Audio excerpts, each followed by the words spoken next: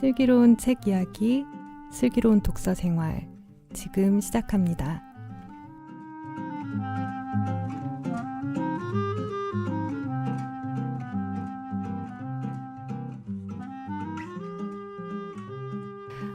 안녕하세요. 번역하는 딴입니다. 저희 다시 만나게 돼서 좋고요. 인사해 주세요. 안녕하세요. 좋은 책을 골라 독자들에게 제안하는 용입니다. 안녕하세요. 좋은 책을 만들어 독자들에게 전달하는 편집장 창입니다. 네, 오늘 저희 좀 특별한 게스트분 모셨는데요.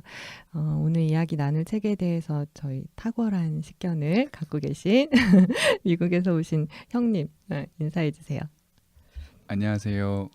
형입니다. 오. 형님 환영합니다. 네, 환영합니다. 네, 환영합니다. 저희 다 어떻게 지내셨나요?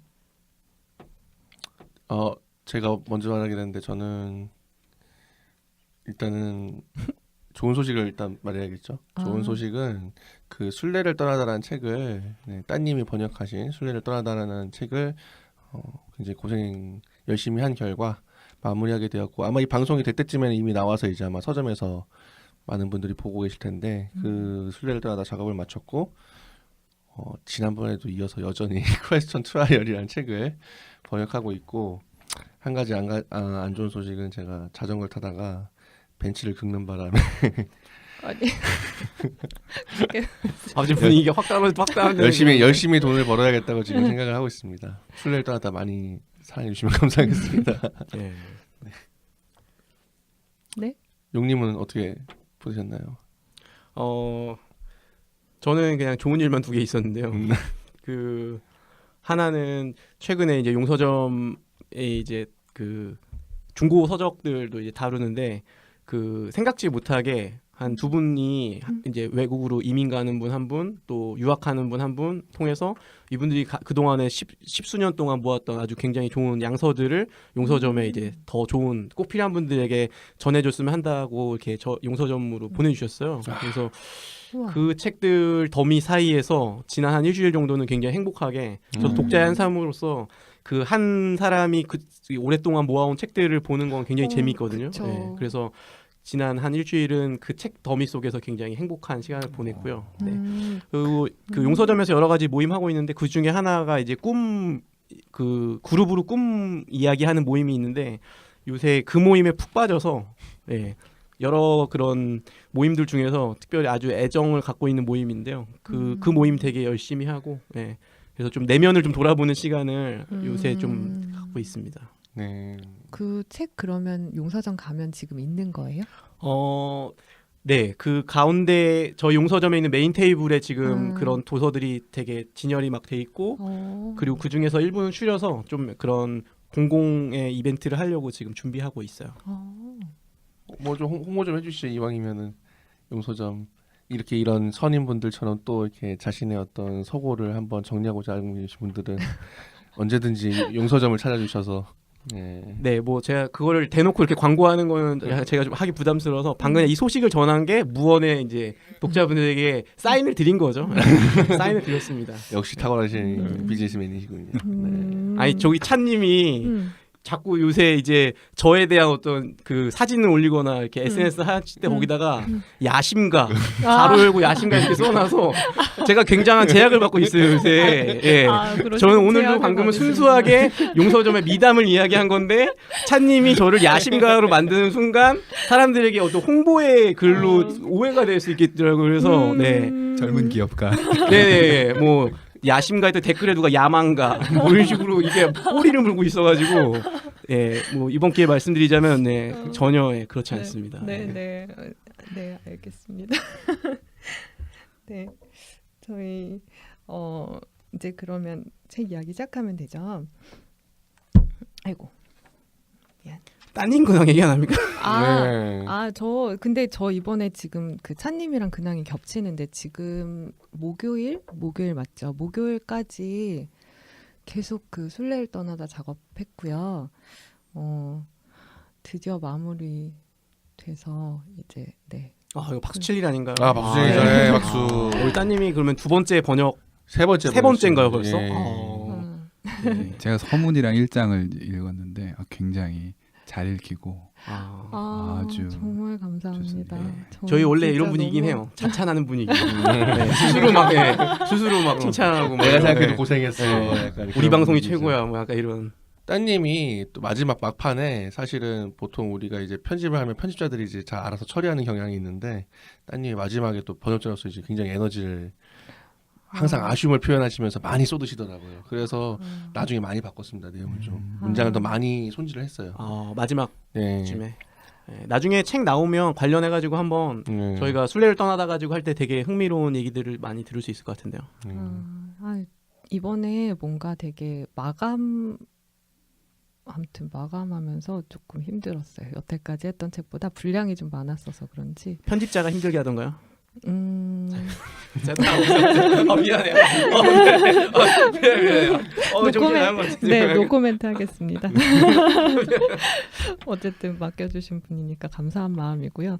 그 형님도 그냥 얘기해 주세요. 네. 저는 미국의 에모리 대학에서 지성인이 한 명 더. 굳이 또 에모리 대학 지성인이 한 명 더. 왔어. 이 대학이라고 해도 되는데 굳이 또 에모리 대학이라고 이렇게 구체적인 명칭을 해주시는 목회학 석사과정 3년 하고 좀 졸업하고 3주 됐네요. 귀국한지 6월 뭔가 3일에 아다리가 딱딱 맞네요. 네. 3년 만에 그리고 3주 만에 네, 이게 와서 지성인의 아다리가 뭡니까? 네. 그래서 뭐 적응하고 있고 일자리도 좀 찾고 있고 뭐 3년밖에 안 되긴 하는데 또 워낙 한국 사회가 굉장히 빠르게 바뀌니까 그죠. 네. 그거 이제 따라잡느라고 이제 지금 서울 시내에서 버스 몇 번 잘못하고 음. 지금 그러고 있습니다. 3년 하니까 생각나는 게 그 형님이 떠나기 전 3년 때의 비아라는 출판사가 사실 책 그렇지. 몇 종 안 낸 거의 아무도 모르는 출판사였어요. 이제 신생. 맞죠. 가기 전과 후가 그 3년 사이의 비아가 지금 변화된 내용을 생각하면 엄청 큰 변화가 있었죠. 그렇죠. 그러니까는 그 형님이 어떻게 보면 그 자체로 좀 놀랄 수도 있겠어요. 이 팟캐스트가 이제 비아 그 당시만 해도 지금 저 혼자서 약간 고군분투하던 출판사에서 이제는 이 팟캐스트를 지금 채널을 운영할 정도로 맞아요. 이렇게 했으니까는 그때 아마 새로운 전도가 온다가 나왔. 아니요. 그때는 김영희 형님이 어쨌든 희망의 신비라는 네, 비아의 저주받은 걸작을 번역을 하시고 눈물이 앞을 가리는 네. 가기 전에. 네. 그러니까 비아에서 희망의 신비를 이제 번역을 하고 미국으로 떠났다가 네. 이제 3년 만에 이제 다시 팔아야죠. 네. 오늘 방송 드린 분들에게는 그 방송 중에서 이제 공유하신 분들에게는 희망의 신비를 네. 몇 명이요? 세 분 괜찮나요? 네, 이거 감사- 형님이 쏘는 건가요? 감사합니다. 형님 인쇄해서 빼겠습니다. 언제든지 빼시고 너무 산으로 가는 것 같긴 한데 희망의 신비 책 진짜 좋아요. 네. 진짜 아쉬운, 그러니까 더 많이 사람들이 읽어본 분들의 되게 그런 평이나 좋게 얘기되는데 아직 사실 그거에 비해서는 일반 독자들한테 많이 전달 안 되는 측면이 좀 있어요. 사실 좀 그 당시에는 그러니까 비아가 사실은 이름만 들어도 뭐 살만한 책을 내는 출판사라는 그 이미지가 형성되기 전이었고 아직은 그런 그때까지 그럼 나온 책이 뭐였어요? 그 당시에 이제 막 냈던 게 이제 토머스 그 시작해 제가 편집장을 맡고 나서 딱 첫 해였거든요. 그러니까 토머스 머튼, 디트리 보네퍼, 신뢰하는 삶, 성서와 만나다. 그 다음에 희망의 신비였어요. 그러니까 이제 막 사람들한테 조금씩 알려지기 시작할 때 이제 희망의 신비가 나오고 그런데 좀 그 접한 분들은 책을 읽으신 분들은 되게 평이 되게 좋았는데 그것이 이제 그 확산이 못 됐던 거죠. 일단 네. 뭐 지금 뭐 희망의 신비 얘기는 아니지만 그 신비라는 단어가 주는 약간 양가성이 있던 것 같아요. 그러니까 굉장히 읽어보고 싶다는 사람이 있는가 하면은 신비라는 단어에서 거부감 느끼는 사람도 있더라고요. 기독교 책에 신비라는 단어가 주는 약간의 저항감이 좀 판매에 영향을 미치지 않았을까. 그리고 뭐 이제 와서 하는 얘기지만 사실은 저는 그런 걸 하면은 보통 북코서트를 하거나 북토크를 하고 아니면은 뭐 여러 가지 인터뷰를 하곤 하는데 우리 형님께서 그 당시에 이제 그런 걸 할 때쯤에 이제 미국을 가셨기 때문에 아무것도 못했죠 그 당시에. 그러면서 어쨌든 다시 그런 걸 찾아주시는 분들이 있으면은 정말 아직도 뭐 재고가 좀 있으니까. 네. 근데 요건 나중에 네. 희망의 신비 특별판을 한번 해야겠네요. 네, 희망의 신비. 네, 한번. 희망의 신비 특별판에서 그러니까 한번 정말 그- 사고 싶게 만드는, 읽고 네. 싶게 만드는 걸 맞아요. 형님께서 한번. 네. 그러니까 뭐 영성, 기도 이런 관련해서 좀 한번 종합적으로 얘기해봐도 재밌을 것 같아요. 이제 보니까 또 약간 형님의 목소리가 굉장히 좀 약간 되게 좋지 않을까라는. 저도 지금 그 얘기하려고 그랬는데. 네. 형님이 제가 이- 아까부터 그랬죠. 그 저희 괜찮- 저번 회 하고 피드백 받았거든요. 남자 2명 목소리 너무 크고 빠르고 더럽고 네. 뭐 그런 얘기 해주셨는데 절대 그분에게 저는 되게 감사한 마음인데요. 그럼요. 되게 우연치 않게 이렇게 그 형님이 그 저희를 보완하는 네. 부드럽고 이렇게 듣기 네. 좋은 남성 목소리가 한 명이 가미가 된 것 같아요. 딴님과 약간 다 이렇게 비슷한 톤으로 이렇게 딱 네. 이게 저희가 저작거리에 이게 이 저작거리에 고급진 어린- 사람 2명, 네. 저작거리 2명. 그죠. 예. 딱 균형이 맞네요. 뭔가 포스의 균형이 맞아 떨어지는 듯한 느낌이 들어요. 지금. 네. 꾸준히 출연해 주실 거죠? 네? 네. 뭐, 알겠습니다. 네. 아, 네. 네. 대답도 이렇게 피해 가시고 아주 톤의 매너가 좋으십니다. 네. 네, 저희 이제 그 오늘 이렇게 근황 얘기가 기네요. 저희 이제 본격적으로 책 이야기 시작할게요. 이번에 월간 비하에서는 저희 우주와 인류의 궁극적 의미라는 책을 저희 살펴볼 건데요. 주의 기도 부활 이거랑 같이 문구판 시리즈죠. 저희 키스워드라는 저자에 대해서 편집장님이 소개를 좀 먼저 해주세요. 항상 저희가 비하 문고든 뭐 만나다든 하면 하게 되는 게 이제 저자가 다 생소한데요라는 어떤 공통된 반응. 맞아요. 네. 지금 첫 소개인가요? 네, 국내? 한국의 첫 번째로 아. 소개된 책이죠. 네. 그래서 비하가 사실은 이런 조그만 출판사인데도 불구하고 사실은 국내에는 굉장히 생소한 저자들 많이 내는 편인데 사실은 영미권에서는 이미 어떻게 보면 어느 정도 평가가 끝난 학자들이라고 할 수 있어요. 근데 특히 이 시리즈 자체가 그리고 이제 부활 이 시리즈 자체가 영국의 SPCK라는 굉장히 오래된 성공의 출판사에서 아주 작심하고 만든 평신도분들을 위해서 만든 영국에서 가장 잘 나가는 학자들과 사제들을 규합해서 만든 시리즈거든요. 그걸 바탕으로 저희가 한 거기 때문에 그 한국 분들은 좀 많이 생소하시지만 사실 영국에서는 굉장히 그 지적 권위라든지 지명도라든지 이런 게 굉장히 좋으신 분, 굉장히 높으신 분들이고 키스워드도 마찬가지입니다. 근데 아니 문고판에서 다뤘던 책들 중에 그 주제로서 그러니까 되게 문고판이 얇은데 그 얇은 분량 안에 어떤 한 주제를 다루는 형태잖아요. 근데 그 중에 신은 끝판왕 같다는 생각을 했어요. 네. 그러니까 이 짧은 양 안에 신이라는 단어의 제목으로 어떤 이야기를 담아냈을까. 그래서 오히려 독자들이 이 책이 신에 뭘 얘기하는 걸 담았을까라고 궁금해하는 분도 있을 거고 또 한편에서는 그 얇은 양 안에 도대체 신을 어떻게 얘기할 수 있다는 얘기야 라고 이렇게 불신하는 사람도 있을 수 있는 그만큼 이 신이라는 한 단어의 주제는 굉장히 큰 사이즈의 주제잖아요. 그렇죠. 어떻게 보면 인류사에서 가장 커다란 주제라고 해도 과언은 아닐 건데 사실 거기서 이제 아마 저는 이 SPCK 원출판사에서 고민을 많이 했을 거라고 생각을 했어요. 왜냐면은 이 시리즈가 어쨌든 전체적으로 주제가 굵직굵직한데 교회, 뭐 그리스도교, 예수. 근데 일단 예수는 제임스 던 부활 또 제임스 던이 이제 썼잖아요. 제임스 던 하면은 형님이 조금 나중에 말씀해 주실지도 모르겠는데 어쨌든 영국에서는 신약학자 중에서 가장 탁월한 학자로 손꼽힐 만한 사람이고 그러면 신이라는 주제에 대해서는 누가 다 할 것이냐. 저도 이 시리즈를 저는 미리 계약을 했거든요. 저 지은을 약간 모르는 상태에서 그러니까 저도 약간 궁금해하는 마음으로 기대하고 있었는데 알고 보니까 키스워드라는 이 저자로 선정이 된 거죠. 근데 키스워드 하면은 다들 약간 수긍하게 그 영국에서 이제 수긍하게 되는 이 정도 저자라면 할만하다 이런 주제를. 네. 그래서 저도 오랜만에 이 신인 우리는 보통 이제 하나님이라고 하는데 이 키스워드는 기본적으로 종교철학자니까 종교철학자거든요. 종교철학자의 언어로 약간 거리두기를 하면서 신이라는 개념에 대해서 생각해 볼 수 있는 좋은 기회가 됐던 것 같아요. 네. 이 책이 부제가 상당히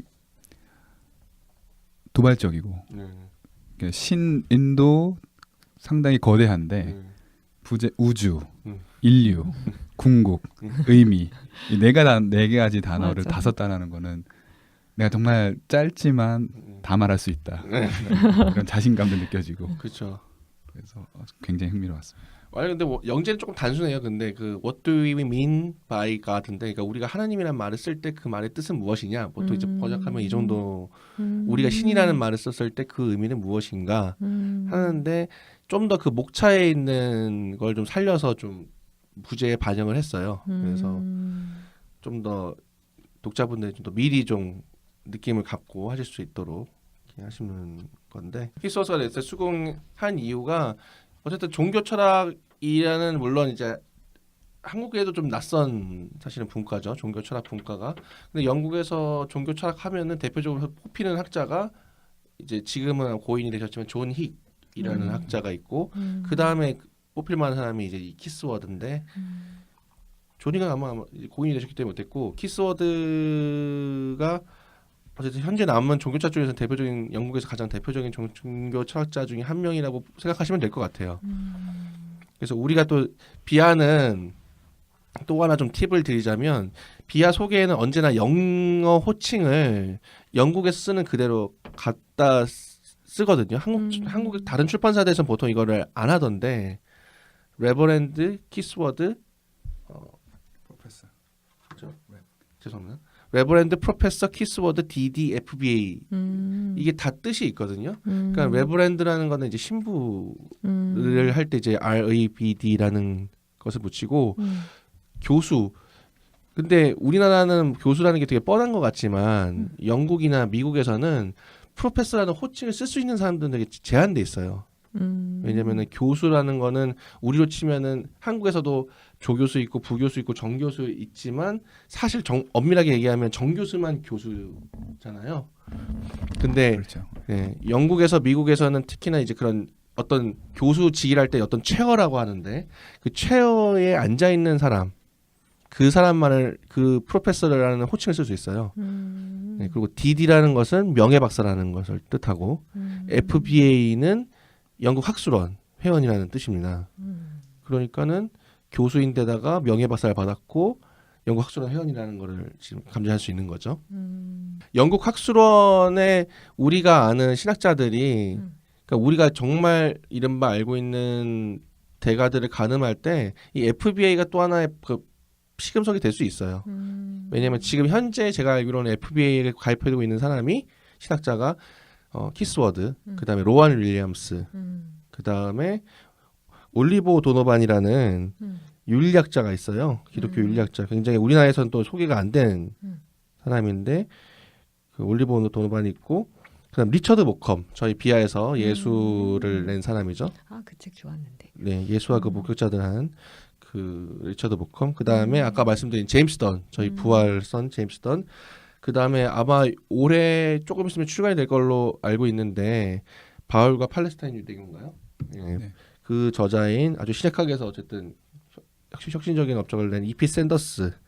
그 다음에 교회사 20세기 지금 현재 교회사에서 최고의 대가로 꼽히는 디아메이드 맥클로우, 이런 사람들이 지금 FBA 회원이거든요. 그러니까는 일단은 영국 학술원 회원이다. 그러면 어느 정도 그 연구 안에서는 학술적인 업적을 거의 최상급으로 인정해줬다. 그렇죠. 근데 의외로 사실은 FBA가 아닌 사람도 있어요. 이를테면 한국에서 종종 가장 많이 회자되는 신약학자인 톰 나이트. 네, 톰 나이트는 아직 영국 학술원 회원이 아니고, 그다음에 알리스터 맥그레스.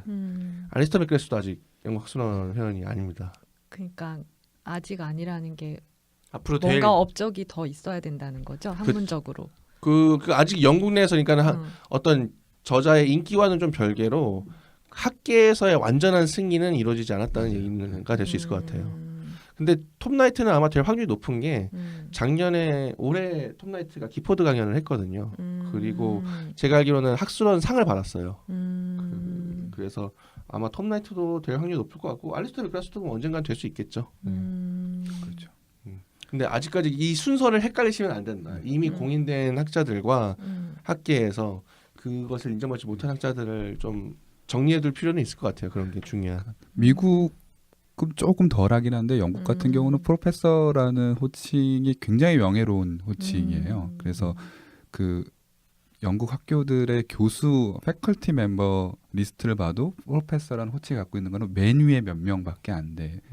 그 우리가 그 아주 유명했던 영화 그 해리포터 시리즈를 보면은 그 교수들한테 다 프로페서라고 하는데 그게 이제 굉장한 그 명예를 가진 호칭인 거죠. 그래서 그 영국 문화권 안에서는 이제 뭐 프로페서 스네이프라고 했을 때 이 영국이나 영미권 사람들은 대단한 교수라는 이미지를 갖는 거죠. 우리가 그냥 무슨 교수님 하는 것보다. 그러고 보니까 기억나는 게 훨씬 더 제가 그저께인가 우연히 그 OCN에서 해리포터를 봤는데 그 해리포터가 마지막으로 그 볼드모트랑 싸우기 전에 덤블도가 꿈속에 나타나잖아요. 근데 그러면서 계속 호칭을 프로페서라고 네. 하더라고요. 그러니까 나중에. 영국이나 북미에서는 좀 가까운 뭐 사제지간은 주로 이제 이름을 부르거나 이렇게 하는데 그래서 우리가 저도 이제 미국에서 교수님한테 주로 프로페서라고 했을 때 좀 그렇게 부르지 말아달라고 하는 얘기를 들었어요. 이렇게 웃으면서 아유 그냥 뭐 너 닥터 뭐뭐라 불러라든가 얘기를 하는데 그만큼 프로페서라고 했을 때 그런 거죠. 이게 우리가 아직 뭔가 박사학위 안 받았는데 아니면- 박사님 그랬을 때 느껴지는 그 아. 부끄러움의 느낌이 아. 있을 정도로 프로페서라는 그 준 호칭이 갖고 있는 감각이 상당한 거죠. 영미권에서는. 그러니까 영국에 영국 학술원이 있다면 미국에는 AAAS라는 그 영국 학술원과 준하는 그 기관이 있어요. 그게 영어로는 American Academy of Arts and Science. 또 그러니까 좋네요. 여기에 이제 이름이 올라가는 게 그 미국 교수들한테는 굉장한 명예인 거죠. 그 지난번에 얘기했던 그 성서 역사문화다의 펠리칸이 그 AAS 맞습니다. 회원이었죠. 예. 거기에 우리가 이제 일만 되면 알만한 미국 영미 신학자들이 또 이름이 올라와 있고 이게 약간 영국 학술원 카운터로 우리도 있다. 약간 이런 느낌이 있고 실제로 그 수여식장이 굉장히 성대하게 해요. 그 수여식을 할 때 그 호명된 교수가 이렇게 사람들 그 엄청나게 많은 회중 앞으로 걸어 나와서 그 명부의 이름을 영국 따라하는 거죠. 그 이름을 탁 쓰면서 이제 그 할 때. 근데 그런 것도 느낌 있죠. 잘하는 것 같아. 네. 우리나라에 그런 게 없나 봐요. 그런 우리나라에는- 어떤 교수 세계라든가 그런 뭐 공인된 어떤 그런 인정받고 뭐 그러니까 그 근데 안에서 학술원이 있긴 학술원. 있다고. 우리나라에도 학술원이 있긴 있죠. 근데 그만큼 뭔가 어떤 연식이 뭐라 저작거리 용어 써서 연식이 이게 오래되지 않다 보니까 그리고 사실 거기 안에 어떤 기풍이라는 게 그 안에 새겨져 있는 정신이라는 게 있는 거잖아요. 근데 그러니까 따라 하더라도 미국은 어쨌든 영국 사람들이 어쨌든 이주해서 한다고 그런 기풍이라든지 그 분위기를 알고 하는 거고 한국은 그 영향을 그냥 따라 그 뭐 기관이나 그 제도는 따라할 수 있지만 그 안에 도대체 어떤 정신이 있는 건지 이게 그거를 제가 보기에는 좀 감을 못 잡는 것 같아요. 그래서 일단 우리나라도 명예 교수 있고 석좌 교수가 있지만 석좌 교수가 결국에는 어떻게 보면 그 최어를 얻은 그 교수인데 우리가 생각하는 석좌 교수라고 하는 것은 그냥 나이든 교수님 나이든 교수님에서도 그치. 그냥 좀 유명했던 분 그냥 이 정도가 석좌 교수지 사실은 뭐 그 사람이 얼마나 타고난 업적을 지닌 건지 그렇게 생각을 못 하잖아요. 각 분야는 어쨌든 근데 그 업적을 낼 수 있는 어떻게 해야지 그 필드에서 업적을 내는 건 약간 그 정해진 게 있어요. 이를테면 아까 지난번에도 이제 복습이 될 것 같은데 한 분야의 한 특정 주제에 대한 어떤 굉장히 뛰어난 연구서를 냈느냐 그리고 굉장히 중요한 프로젝트에서 참여했느냐 에디터라든지 이런 걸 그렇죠. 주도하고 참여했느냐 그 다음에 자기의 그 연구 결과를 총 결산한 어떤 마그넘 오프스 같은 그 책을 발표했느냐 그 세 가지를 이제 사이클로 그죠 돌면은 이제 어느 정도 그 분야에서 이제 업적을 이뤘다고 판단을 하거든요. 지난번에 펠리칸 예를 들었을 때는 이제 중세사 연구에서 하나의 업적을 내고 그 다음에 그리스도교 전통이라는 전체 통사를 하나 내고 그다음 루터 편집하고 그다음에 이제 예수와 만나다 그런 지저스 센츄리라는 어떤 전체적인 또 자기 어떤 그 시선을 놓고 닮은 그런 거를 했을 때 이제 완전히 인정이 되듯이 맞아. 성서학자는 주석. 그러니까 제가 공부할 때 이제 노학자 중에 하나가 칼 할러데이라는 교수님이 계셨는데 한국에는 많이 알려지진 않았지만 이분도 뭐 아까 얘기했던 AAAS의 회원이시고 그 성서 역사 비평에서는 굉장히 권위자 그리고 세계 성서학회 회장도 역임하신 분인데 이분이 퇴임 몇 년 앞두고 사도행전 주석을 끝내셨더라고요. 그러니까 우리로 치면 되게 좀 빨리 나왔을 법도 한데 학계 커리어 말년에 내가 주석으로 정리를 이제 하는 거예요. 성사학자들은 그렇게 네. 하는 거죠. 뭐 교회사학자는 뭐 뭔가 통론을 멋있다. 탁 쓰든가 했을 때 이 얘기 들으면 이게 나중에 또 이 관련해 가지고 좀 길게 좀 더 얘기해 볼 수 있는 부분이긴 한데, 그러니까 그런 교수 세계와 그다음에 그들의 어떤 출간 어떤 결과물을 내고 그게 또 다시 독자들에게도 알려지고 하는 어떤 이런 교수 아카데미와 이 출판과의 연계를 보면 네. 한국은 그런 면에서 큰 차이가 있는 것 같아요, 확실히. 왜냐면- 그런 활동도 되게 없고, 네.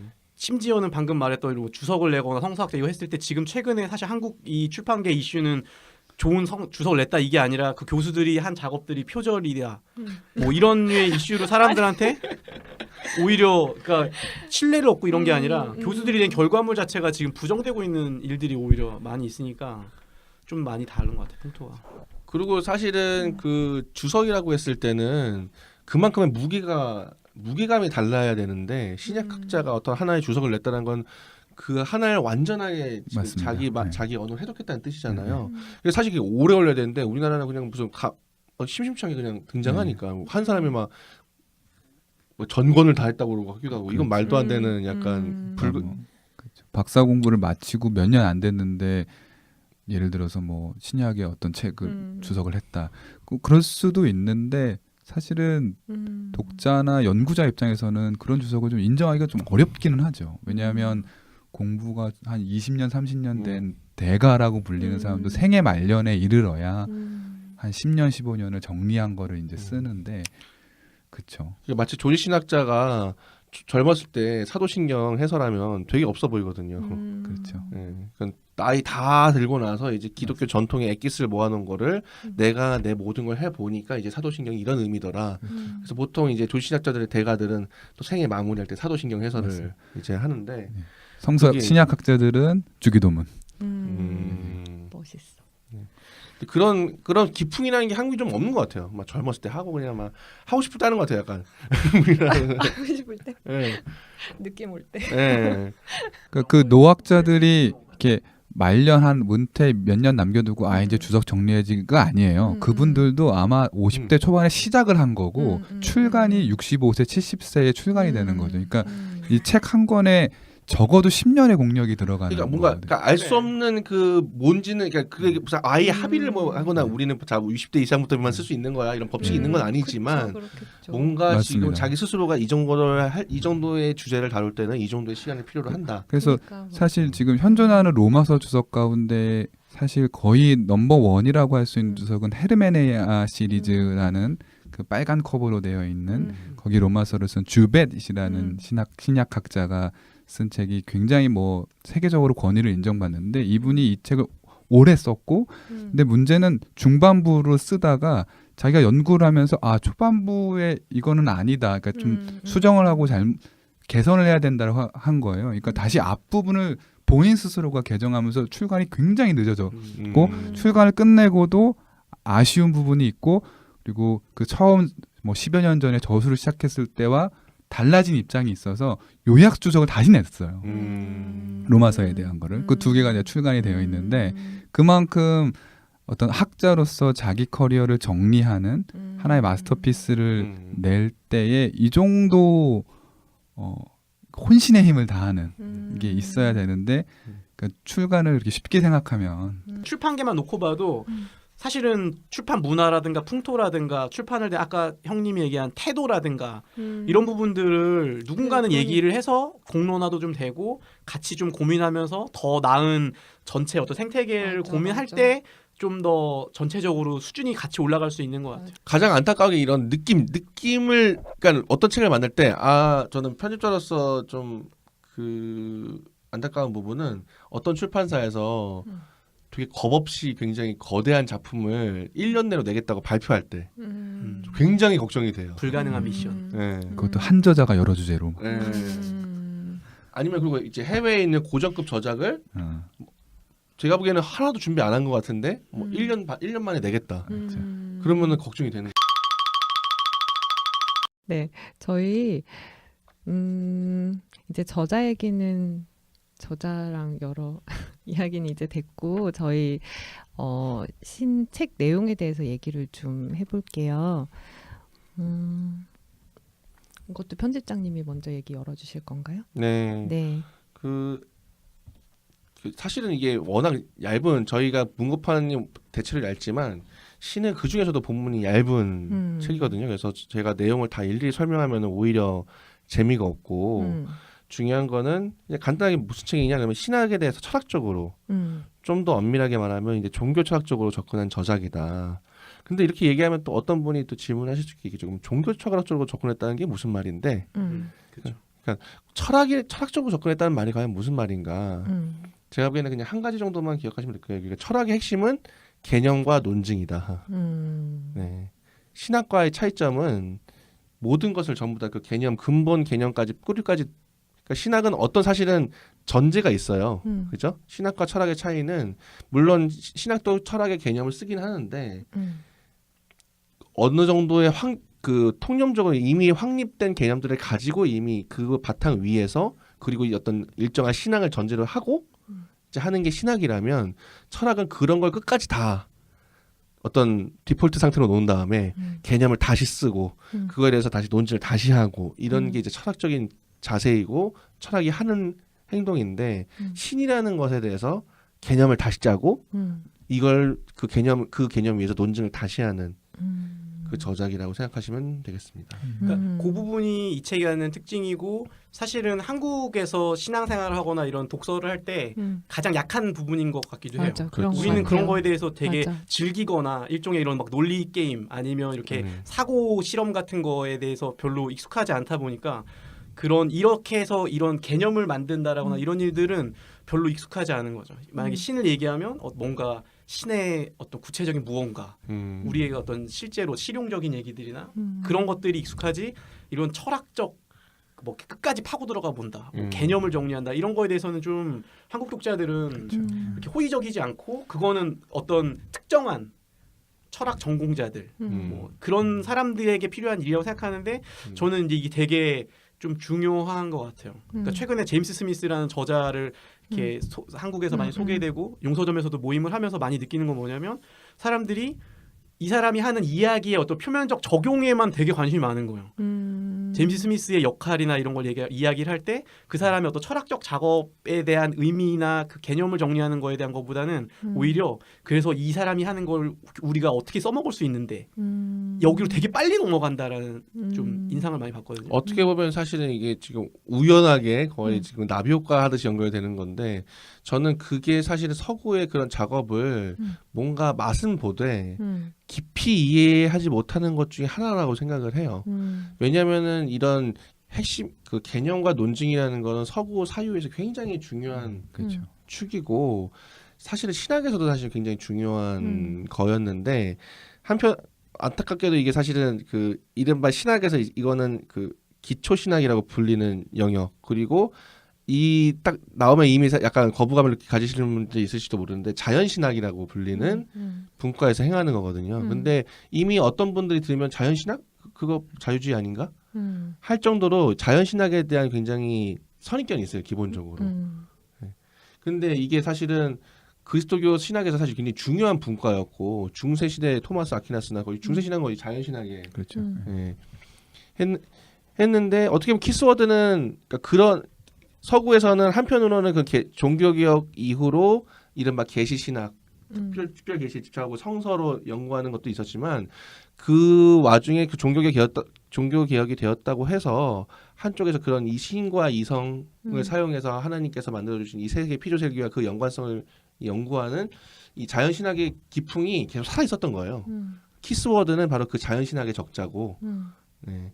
그래서 우리는 약간 선입견을 가지고 있기 전에 이미 어떤 서구의 기독교에서 굉장히 중요한 축을 이루는 이런 흐름을 한 번씩 우리가 조금씩 접하는 게 굉장히 중요하다. 저는 그런 생각을 하고 있습니다.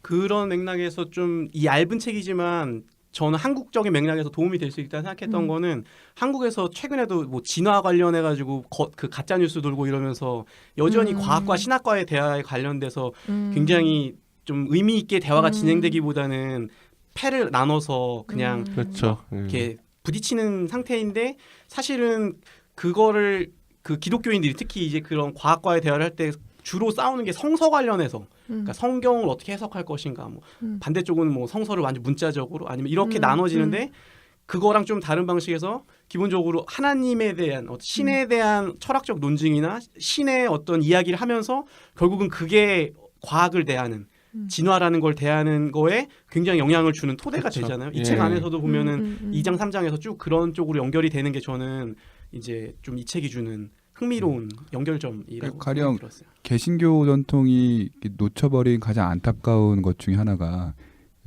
균형성을 상실했다는 측면에서 볼 때 개신교는 주로 구원, 예수, 부활 이쪽 굉장히 이제 방점이 찍혀 있고 무게가 가 있고 창조, 하나님, 신에 대한 것들은 사실은 논의하기를 좀 거북해하거나 부담스러워하는 측면이 있죠. 그러니까 우리가 예를 들어서 뭐 찬송을 해로 예수, 구주, 구원자에 대한 논의는 뭐 많아요. 하지만 뭐 하느님에 대한 창조, 그분의 설계, 우리 뭐 이야기들이 거의 개신교권 안에서 특히 한국교회 안에서는 논의가 많이 안 되고 있다는 측면에서 보면 요 신의 이야기는 아주 유익한 부분이 있을 것 같아요. 이건 굉장히 중요한 얘기 주신 것 같아요. 개인적으로는. 그러니까 예수 그리스도에 집중되었다라는 게 정말 양적으로나 의미적으로나 한국 교회는 그런 어떤 집중도가 정말 없죠. 엄청난 것 같아요. 그러니까 정확히는 확실히. 우리나라 그러니까 개신교만 국한해 놓고 봤을 때 사실은 하나님을 사유하진 않아요.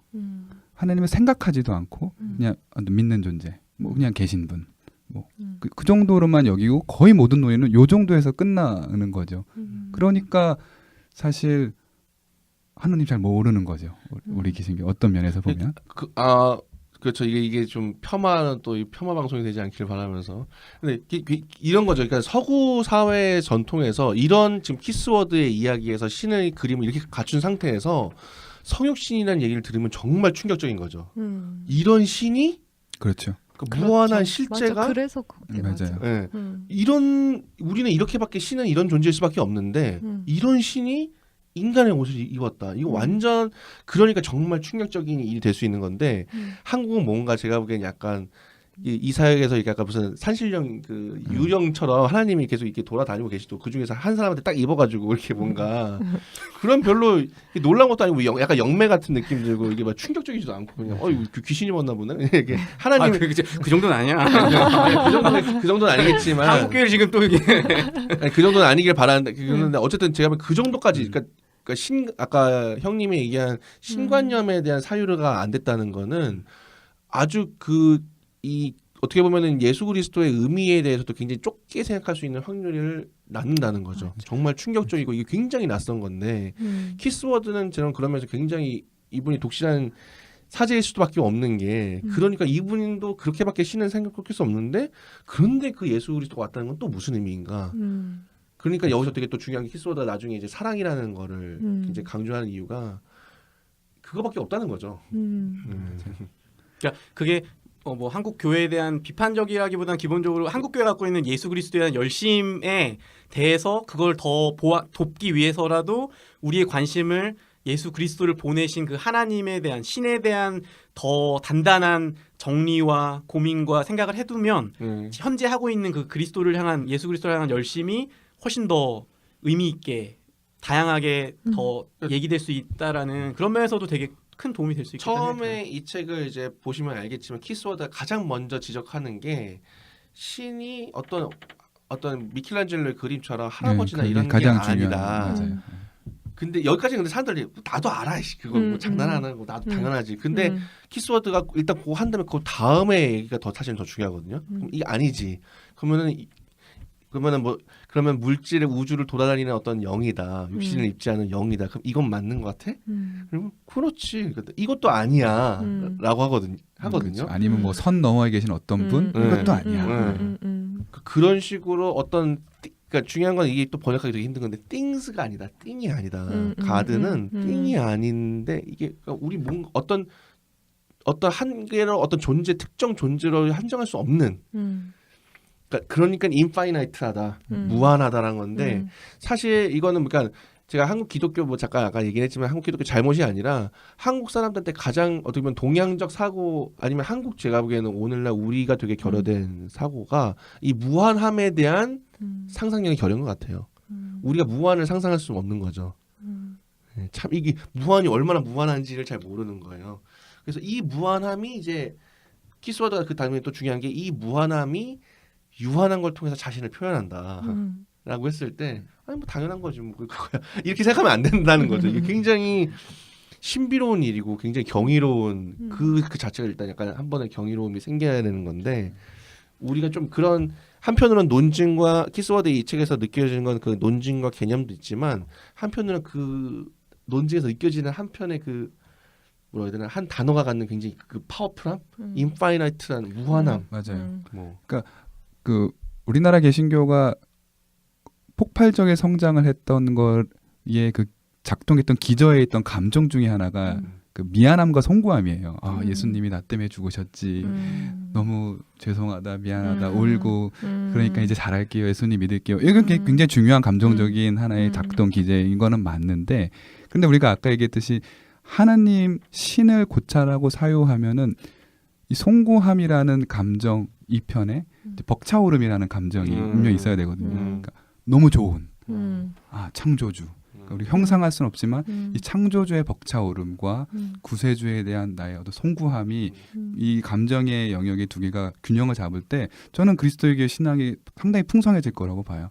창조 신의 이야기, 구속 예수의 이야기 이게 균형이 잡히면 저는 그리스도교 신앙 괜찮은 게 될 것 같은 생각이 제가 들어요. 지금 하는 게 방송용일지 모르겠는데 그 방금 이제 차님이 얘기해준 형태의 그 신에 대한 이야기를 할 때 그게 굉장히 서구적이라는 생각이 들어요.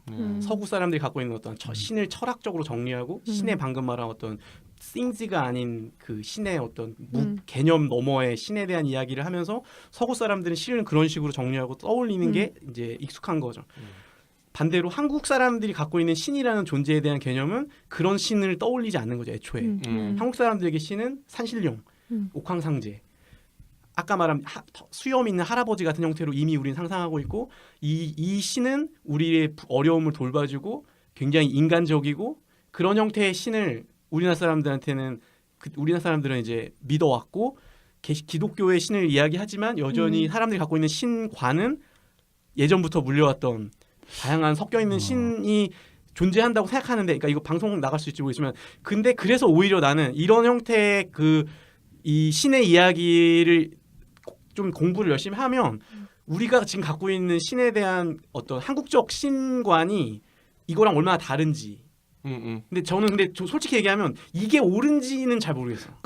그래서 저는 그 번역자이신 한문덕 선생님께서 그 번역자의 그 첫 페이지에 도가도 비상도를 썼던 게 굉장히 재밌었어요. 그러니까 도가도 비상도 다 아시잖아요. 그 도가도라고 말하는 순간 도가 아니다라는 뜻인데, 그러니까 우리가 하나님을 뭔가 규정하고 하는 순간 그게 아니다, 하나님이 아닌 게 되는 거라고 하잖아요. 근데 아까 말씀하셨듯이 그 뭐 신은 우리가 산신령 같은 분. 근데 되게 재밌는 게 서구도 그랬어요.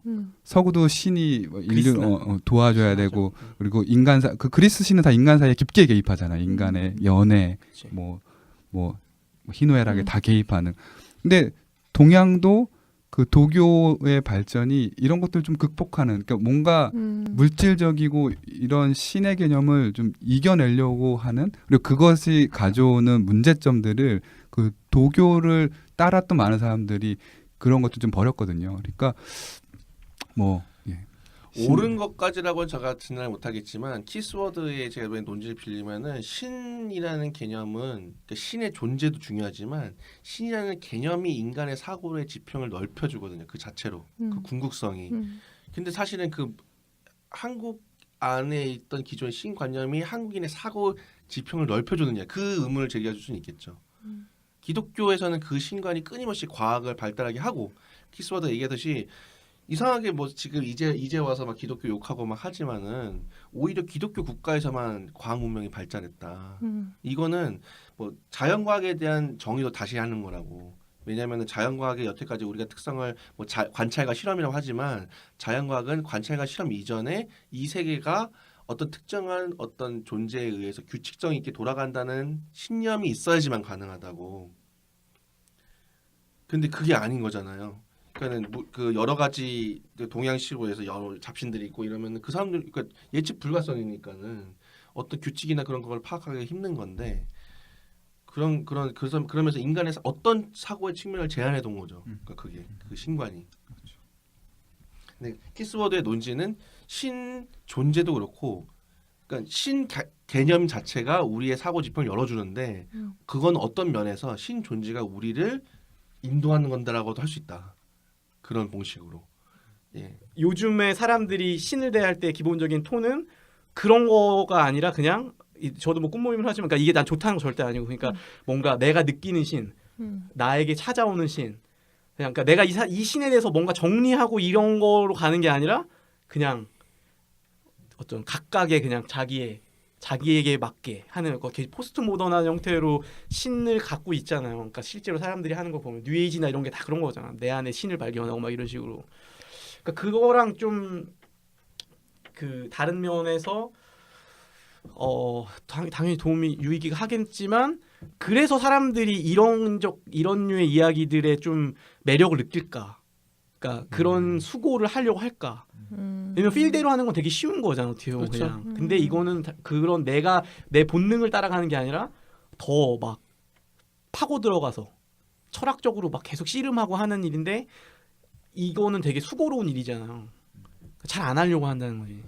그러니까 우리가 어떤 거에 대해서 공부할 때 그 독서만 놓고 보면, 그러니까 독서할 때 다양한 독서가 있잖아요. 우리가 저번에 그 소개했던 유혹하는 신기처럼 그냥 내가 뭔가 의무를 가지고 하는 게 아니라 즐거움을 가지고 하고 그냥 내가 이렇게 재미와 기쁨으로 하는 독서의 영역이 있지만 또 사실은 동시에 필요한 게 지적인 씨름을 하고 고민하고 개념을 정리하는 형태의 독서도 반드시 필요한데, 그러니까 사실은 이 책은 좀 힘든 걸 해야지 근력이 생기는 그런 면에서 생겨요. 좀 사람들한테 이 책 되게 재밌어라고 소개할 수 없을 수도 있지만 어떤 사람들한테는 하지만 이런 방식의 독서도 해봐야 돼. 그리고 특히 기독교라는 신앙 안에서 신을 대할 때 우리가 이런 식으로 이 신이라는 걸 어떻게 감히 우리가 철학적으로 논리적으로 압축해서 얘기해봐라고 우리는 지레 포기하지만 이런 시도도 굉장히 우리의 신앙과 삶에 유익해. 한번 해봐. 근데 사실은 저는 근본적으로 이 책을 권하고 싶은 이유는 전 재밌기 때문이에요. 재밌어요. 그거는 이제 네. 차님이 지성인인데다가 심지어 전공이 철학적 신학을 전공한 사람으로서 느끼는 재미일 거라고 저는 아니 감히 근데 추측해 저는 봅니다. 형님도 재밌게 보셨을 거라고 생각하는데. 저 재밌게 봤어요. 여기 저는 지성인 여기 외국 저도 유학한 지성, 재밌었어요. 그건 아니고. 여기 나는- 번역한 지성, 저만 재밌. 아니 저는 사실 제일 그러니까 여러 부분에서 재밌었지만 굉장히 흥미롭고 와 이거 재밌다라고 했던 게 신이라는 단어 그 자체예요. 그죠. 하나님이라고 하지 않고 음. 신이라고 일단 명명하는 순간 사실 우리가 그 보통의 저를 포함한 보통의 그리스도인들이 하나님을 신으로 명명할 때 그 아주 짧은 순간에 굉장히 여러 가지 생각이 작동하거든요. 아 이거 신으로 부를 때 괜찮나? 이렇게 불러도 되나? 불경한 거 아닌가? 이거 다원주의 아니야? 이런 것들이 아주 짧은 순간에 신이라고 명명할 때 이게 작동하거든요. 근데 이런 연습 좀 필요한 것 같아요. 그러니까 우리가 하나님을 신이라고 호명해 보는 것도 일단 기초 훈련인 거죠. 지금 보시기에 저희 책 읽을 때 좀 이렇게 주의해서 읽어야 되는 거, 팁 뭐 이런 거 있으면 하나씩 얘기를 좀 해주세요. 아까 오늘 오신 분들 지성인 분들이 다 이 책이 본인들에게 어떤 재미가 있고 흥미롭다고 하셨지만 이제 개인적으로 저 같은 경우는 읽기가 쉽진 않았어요. 굉장히 압축돼 있고 그렇게 철학적인 신에 대해서 이렇게 말을 이어가는 것들이 그러니까 좀 어떤 면에서는 꾸역꾸역 읽어가는 면도 개인적으로 좀 있었거든요. 그러니까 이 책이 다루고 있는 그 주제가 워낙 크기 때문에 전 이 책의 또 결국 문고판과 동일하게 매력은 이 책으로 끝나는 건 당연히 아니고 신을 어떻게 뭐 100페이지도 안 되는 걸로 끝내겠습니까? 그 뒤에 소개한 이 신에 관해서 생각해보고 공부해볼 만한 책들이 이제 뒤에 부록으로 굉장히 잘 소개가 되어 있는데 조금 이 책 같은 경우는 더 그런 것 같아요. 이거와 연계해서 그러니까 이 책 자체도 열심히 읽으시고 뭐 재미를 느끼시는 분들 그런 재미를 느끼는 변태분들은 또 굉장히 이걸 읽으면서 그게 즐겁게 변태. 읽으시고 그렇지 않은 평범한 저 같은 분들은 일단은 읽으면서 뭔가 이해가 안 되거나 그 논증 자체를 따라가기가 버거워도 그냥 일단 끝까지 읽으시고 양이 얼마 안 되니까 이 뒤에 나온 것들 중에 보면 그것들을 풀어서 쓴 책들이거든요 주로.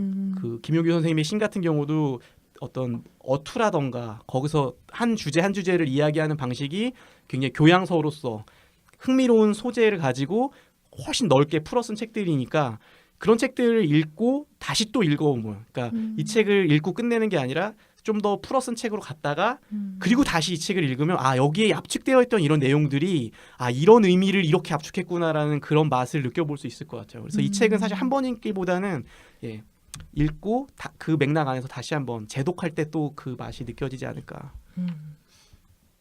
저는 이제 그 팁과 더불어서 저는 이 책을 어느 분들이 좀 읽었으면 좋겠냐라면 저는 이공계 전공하시는 분들이 되게 읽어봤으면 좋은 생각했어요. 그러니까 조언이다. 제가 공부할 때 이제 그 우연치 않게 이공계 분들이랑 좀 가깝게 지냈었는데 굉장히 독실한 크리스천인데 항상 이렇게 하나님 문제에 대해서는 자기는 도저히 좀 믿기 어렵다 그냥 이런 얘기를 하는데 저는 이게 이공계 그러니까 공학적으로 사고하시는 분들이 한번 좀 읽어봤으면 좋겠어요. 물론 읽고도 뭐 그래도 난 동의해 못해라고 얘기할 수도 있지만 저는 이 뭐 이제 편집장님이 말씀해 주시겠지만 이게 상당히 공학적이고 물리적으로 되게 아주 잘 작동하는 책이에요. 그래서 그러니까 이공계 분들이 좀 읽으시면은 상당히 좀 재밌게 읽을 수 있지 않겠나. 생각합니다. 재미있게 하나 해드릴까요? 제가 이공계입니다. 네. 네. 아 맞네요. 그렇죠. 재미없게 읽었다고 근데 이제 변태라고 욕하고 재밌게 읽은 사람들은 변태라고 아니. 욕하고 네. 이게 회심의 눈빛을 제가 봤습니다. 컴퓨터 공학 전공자 용님입니다. 네. 그게 더 놀라운 사실이죠. 농담이에요. 부적응자입니다. 왜 또 자조적이 되세요 너무? 아니 제가 뭐 공대생인데 공대 수업을 들은 게밖에 없어서 제가 미적분학 수업 듣다가 30분 만에 박차고 나왔던 사람이라. 그걸 즐거워하시는 분들. 미적분하게 빠져가지고 흠뻑 젖어서 사시는 분들에게 또 이 책을 수학의 권하는. 아름다움을 되게 그렇죠. 그러신 분들. 변태들이죠. 네. 되게 그런 거에 대해서 지난번에 약간 되게 그 수학 뭐 미적분학 책을 재밌게는 안 볼 거 아닙니까? 막 이런. 수업을 들어보세요. 아니 저는 당연히 들어보세요. 정윤 재미 없는데 시험지가 문제가 한 문제야. 이런 거 한번 풀어보세요. 시험 문제가 하나야. 네. 편지만 맨날 쓰고 나왔어요 저는 교수님한테. 사랑하는 교수님. 아니 죄송합니다 항상. 교수님 죄송합니다. 어쩔 수 없는 인문학 또였네. 그러니까.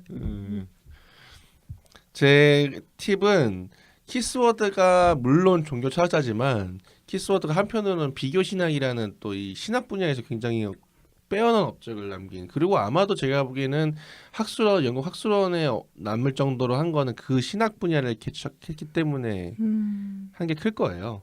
종교 철학은 물론 이제 그건 물론 전체적인 건 종교 철학이라는 작업으로 메워질 수 있지만 그래서 저는 키스워드 아직도 요번에 되게 감탄한 거는 이 선명함 문장 원문에서 또 그러니까 많은 분들이 보면은 어쨌든 이 되게 문장이 선명하다 문지가 되게 명확하고 맞아 뭔가 머릿속 청소하는 느낌이 있어요. 책 읽으면 이렇게 쫙쫙쫙쫙 그쵸, 정리되면서 머리가 정리가 딱 근데 그런 것들을 보면서 저는 예고하는 하나 드리지만 비하에서 내년에 언젠가 키스워드 책을 한 권은 더 냅니다. 이런 문장의 신선함을 좀 사유의 이 클리어한 사고의 분위기를 또 한번 소개하는 건 저는 되게 의미 있는 시도였겠다 싶더라고요. 그래서 그런 점 보면은 좋을 것 같고 이런 선명한 사고를 가진 사람이 저는 이 책이 재밌는 게 이 책이 굉장히 선명한 것 같지만 사실 복선이 몇 개 있어요. 그러니까 저는 종교 철학자로서의 키스워드가 그러니까 이런 종교 철학자들은 신학을 할 때도 자기의 철학적 개념을 가지고 또 신학을 하잖아요. 그렇죠. 그러니까 이 사람은 이미 이 안에 신론과 그리스도론과 교회론이 저는 성령론과 교회론이 이미 어느 정도 복선이 깔려 있다고 생각을 하거든요. 맞아요. 네네네. 몇 가지 문장을 보면은 어떤 암시를 발견할 수 있어요. 종교 언어와 뭐 이렇게 비교하면서 그리고 어떤 명제를 통해서 무한자가 유한자를 통해서 자신을 표현한다. 이미 근데 그 표현 그 미리 이제 팁을 좀 드리자면 1번 명제가 무한자가 유한자를 통해서 자기를 표현하는데 그 표현의 퀄리티가 다르다. 어떤 거는 그 어떤 유한자는 그 무한자를 최고도로 표현해낼 수 있고 어떤 사람들은 모든 근데 유한자는 무한자를 일정 부분 반영하는데 그럼 제가 보기에는 예수 그리스도는 아마도 무한자를 최고도로 표현한 그리스도라는 존재라는 그렇지, 거는 그렇지. 결국에는 그 무한자를 최고도로 표현하는 존재고 근데 그 최고도로 표현해내기 위해서는 무한자 본인이어야 된다. 라는 논증이 될 거예요 아마.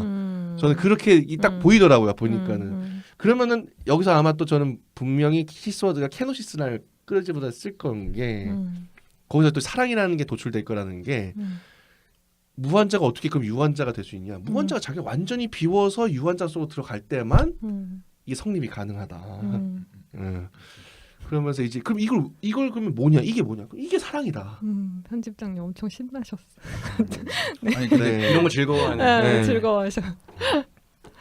재밌어요. 네, 네. 그러니까. 그리고 이제 좋아요. 그 교회론에 대해서도 어떤 그 나중에 이제 책 후반부에 보면은 이게 대충 이런 식으로 교회의 의미를 그리고 그리스도교의 의미를 도출해 내겠다는 게 보이거든요.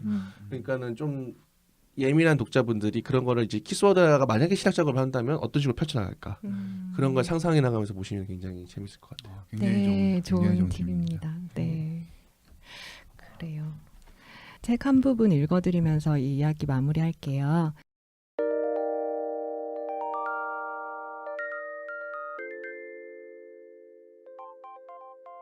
신에 대해서는 여러 방식으로 말할 수 있으며 시대마다 철학자와 신학자들은 각자 나름대로 복잡하게 신 개념을 발전시켜 왔습니다. 이 책에서는 여러 전통에서 널리 받아들이고 있는 신에 대한 기본적인 생각을 보여주려 했습니다.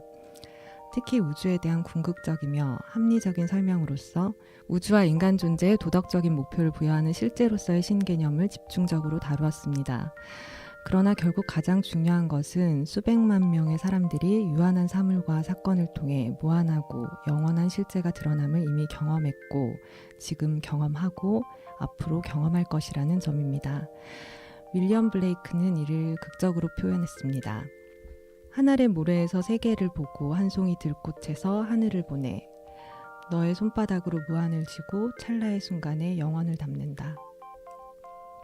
이 말들에 어떤 의미가 담겨 있는지 깨닫는다면 당신은 이미 신이 우리에게 어떠한 의미가 있는지를 묻고 있다고 할 수 있습니다.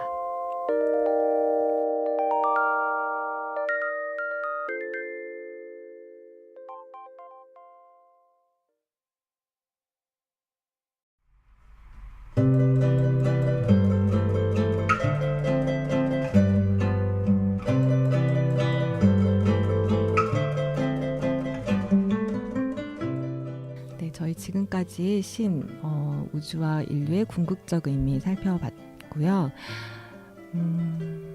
저자는 신에 관한 질문과 답변들의 어떤 관점, 세상을 대하는 특정한 태도, 세상을 향한 헌신과 반응이 담겨 있다고 이야기합니다. 신과 세계, 인간을 연결해서 바라보는 저자의 신선한 시각을 만날 수 있는 저희 신, 책 즐겁게 슬기롭게 읽어보셨으면 좋겠습니다. 슬기로운 독서생활 여기서 마칩니다. 다음 방송에서 만날게요. 감사합니다. 감사합니다.